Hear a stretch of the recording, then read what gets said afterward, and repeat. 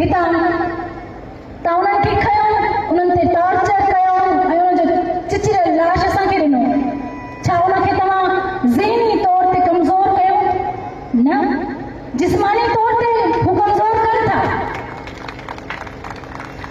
सियासत जिस्मानी तौर ते असां वटि मौजूद न आहे, तौर ते उहो असां सां गॾु मौजूद आहे। अवां सभिनी जी सूरत में, अवां सभिनी ऐं कारकुननि जी सूरत में जेके उन सिर्फ़ साॻे मक़सद ऐं उन ई नज़रे तहत बीठा आहिनि।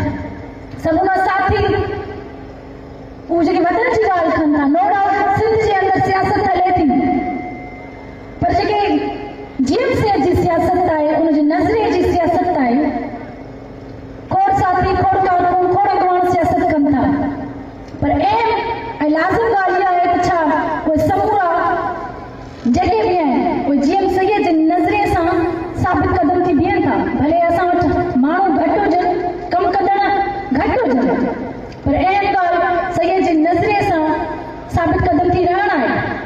सचो ऐं ईमानदार थी रहणु ज़रूरी आहे। मां असांजा नौजवान उहे असांजे लाइ अहम आहिनि, जेके नज़रिए सां सचा आहिनि। मां उन्हनि समूरे नौजवाननि खे चवंदसि, अचो त पंहिंजे वतन, पंहिंजे वसीलनि, पंहिंजे माण्हुनि सां सचा थियनि। अचो त पंहिंजे समुंड जी मालिकी कयूं, अचो त पंहिंजे नज़रिए सां सचा थी बीहूं, अचो त वतन जे वसीलनि जे लाइ सचा थी बीहूं, अचो त वतन जा जेके जिबरी तौर खंबे गुम कयल असांजा क़ौमी कारकुन आहिनि, उन्हनि सां सचा थी बीहूं, अचो त वतन जे शहीदनि सां असीं सचा थी बीहूं। उहे सचा ऐं साबित क़दम थी कर कीअं बीहूं?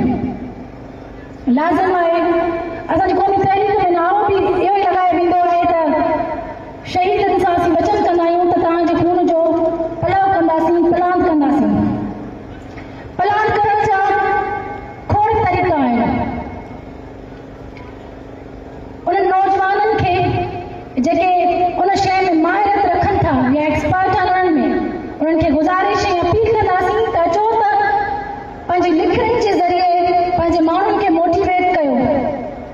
इन सूरत में अचो त ईअं ई असीं पंहिंजे शहीदनि जो पलान कयूं।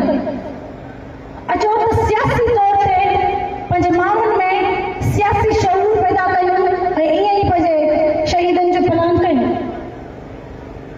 अचो त साबित क़दम थी ऐं सचा थी करे बीही करे पंहिंजे शहीदनि जो पलान कयूं। शहीदनि जो पलान साॻी ॻाल्हि त पलान मुख़्तलिफ़ तरीक़नि सां थियनि था।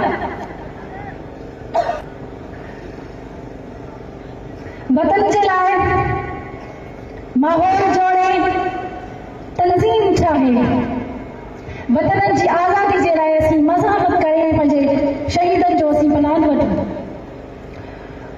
अचो त हीअ जेका रियासत आहे, ऐं इन रियासत खे हलाईंदड़ उहे ज़ालिम, उहे आमरन ऐं उन रियासत, अचो त उन्हनि जी हियाव ते असीं मुंहुं न ॾरियूं। जेसीं ताईं सियासत खे संजीदा करे न वठंदासीं, सियासत त खोड़ सियासत थियनि था। असीं सियासत वतन जी आज़ादी जी सियासत मां ॻाल्हि कयां थी, वतन जे हक़नि जे आज़ादी जी असीं ॻाल्हि कयूं था। जेकॾहिं वतन जी आज़ादी जे लाइ असीं सियासत कंदासीं त लाज़िम असांखे ज़ाती जेके बि मसरूफ़ातियूं आहिनि उहे छॾणियूं पवंदियूं। न सिर्फ़ु ज़ाती मसरूफ़ातियूं, पर पंहिंजे सिरनि सां हथ बि खणणो पवंदो, तॾहिं ई वतन जी आज़ादी मुमकिन थी सघे थी। छो त रियासत इहा असांखे आज़ादी ॾींदी त कोन। बलोच विढ़नि था, उहे मज़ामत कनि था, उहे हक़ ते आहिनि। सो असीं पंहिंजे वतन जे लाइ पंहिंजी धरती में ईअं ई चयूं था त ईअं ई मज़ामत थिए, ऐं जेकर ईअं मज़ामत थींदी त तॾहिं ई वतन आज़ादु थींदो। बाक़ी आया ईअं सियासत करणी आहे त पोइ सियासत त हलंदी पवंदी। बाक़ी जेकॾहिं कोई बि तंज़ीम, कोई बि फ़र्द जेकॾहिं वतन जी आज़ादी जी ॻाल्हि करे थो त लाज़िम उन जे लाइ नज़रानो त ॾियणो पवंदो।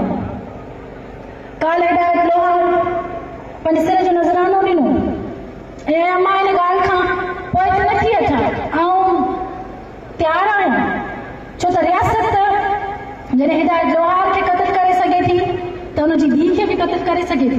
त सो असीं पंहिंजे वतन जे लाइ, वतन जे माण्हुनि जे लाइ, वतन जी आज़ादी जे लाइ पंहिंजो सिर कुर्बान कंदासीं। सो असीं बीठा आहियूं ऐं असीं बीठा रहंदासीं वतन जे लाइ, ऐं वतन सां सचा थी हर मुहाज़िर बीहंदासीं। ॻाल्हाईंदा, सियासत ते ॻाल्हाईंदा, पंहिंजे दरियाहनि ते ॻाल्हाईंदा, पंहिंजे बेतनि ते ॻाल्हाईंदा, त हू रोकी नी इन शइ खे पिया। न त हुननि खे छा आहे, ख़र्च असांजो आहे, बाबा लाइटूं असां पिया करायूं, स्पीकर असां पिया घुरायूं, हुननि खे छा आहे, हू सिर्फ़ु डिॼनि इन ॻाल्हि करण पिया त उहे हिते ईंदा, हू पंहिंजे फ़िक्र खे ॻाईंदा, हू डिॻल आहिनि असांजे फ़िक्र खां, हू डिॻल आहिनि जीएम साईं जे फ़िक्र खां। हाणे हुननि सिर्फ़ु प्रोग्राम खे रोकण जे लाइ पुलिस एतिरी त घुराई आहे जेतिरी हिननि जे करे थाणनि ते बि मौजूदु कोन हूंदी आहे। जॾहिं त इंटरनेशनली कानून में आहिनि त तइलीमी इदारे में अगरि को वर्दी पोश ईंदो आहे त पंहिंजो कलम ज़मीन ते रखे ऐं टोपी बगल में विझी ईंदो आहे, पर ही हिते टोपियूं खणी था अचनि त हथियार समेत असांजे तइलीमी इदारनि में घिड़ियो था पवनि। सिर्फ़ु छा करिणो आहे, शागिर्दनि खे हिरासा करिणो आहे, छो जो हू ॼाणनि था त शागिर्द मुस्तक़बिल जो मेमार थो थिए। शागिर्दी आहे जेको अॻिते हली करे पंहिंजे वतन जे आज़ादी जा जेके हलंदड़ उन्हनि जी क़ौमी तहरीकूं आहिनि उन्हनि जूं वागूं संभाले थो। हू टिकियल आहिनि इन्हनि शयुनि खां त हू वागूं न संभालनि ऐं पंहिंजे वतन जी आज़ादी जी ॻाल्हि न कनि, पंहिंजे वतन जी ख़ुशहाली जी ॻाल्हि न कनि, पंहिंजे दरियाहनि जी ॻाल्हि न कनि। हू असांजे तइलीमी इदारनि में हींअर छावियूं ठाहे वेठा आहिनि सिर्फ़ु इन ई जे करे त हू हिते करप्शन करे सघनि, पंहिंजे कलम जे ज़ोर ते, पंहिंजे हथियार जे ज़ोर ते असांजे कलम खे मार थी सघनि, पर हिननि जी भुल आहे असांजो कलम हुननि जी गोलियुनि खां वधीक ताक़तवर आहे। ॿुधाए छॾियो उन खां अलावा तइलीमी इदारे में फोर्सिस जी बाबा ज़रूरत कहिड़ी आहे?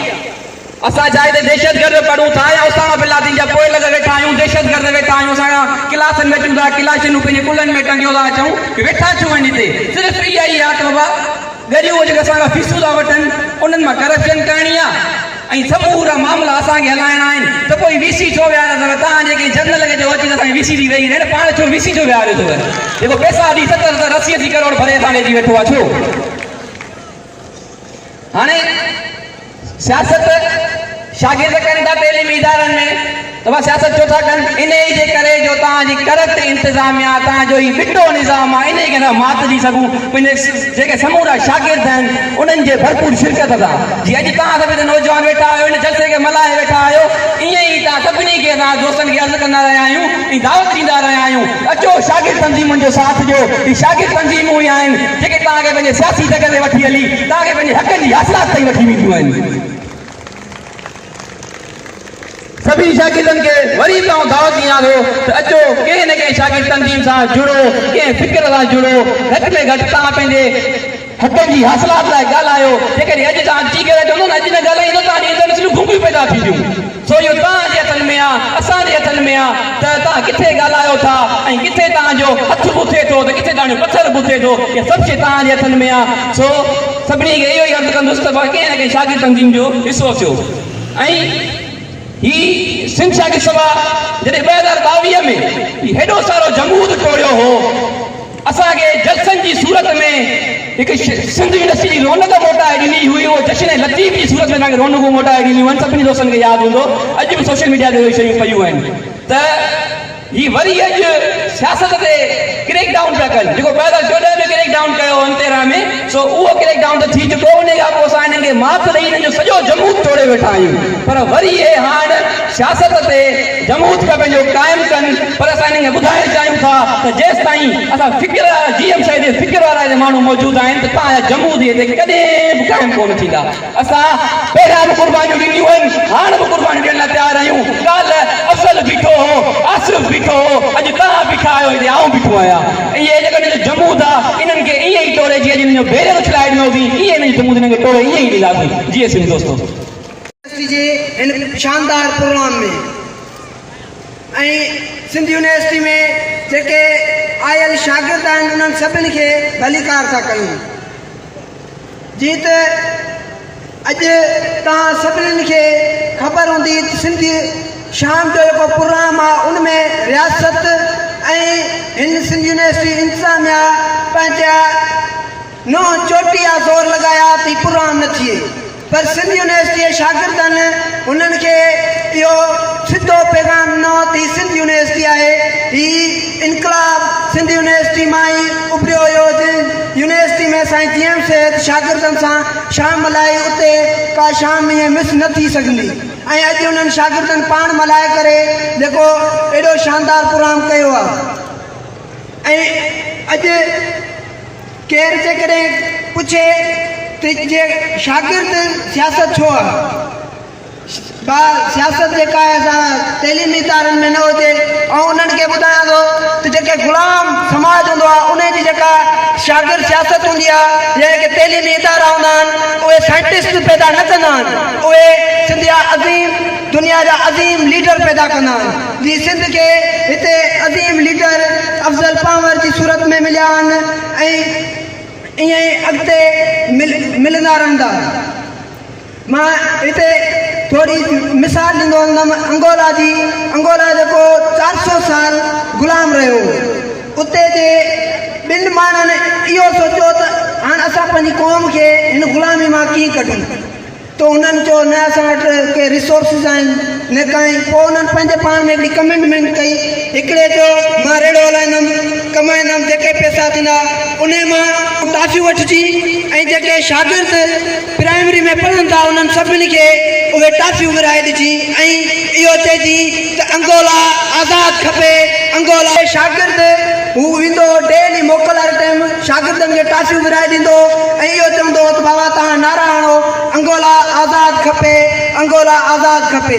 जॾहिं उहे शागिर्द प्राइमरी खां सेकेंडरी ऐं हायर ते पहुता उहे पोइ ईअं टाफियुनि ते न पर हू पंहिंजी क़ौम जे लाइ सोचणु ऐं लोचणु लॻा।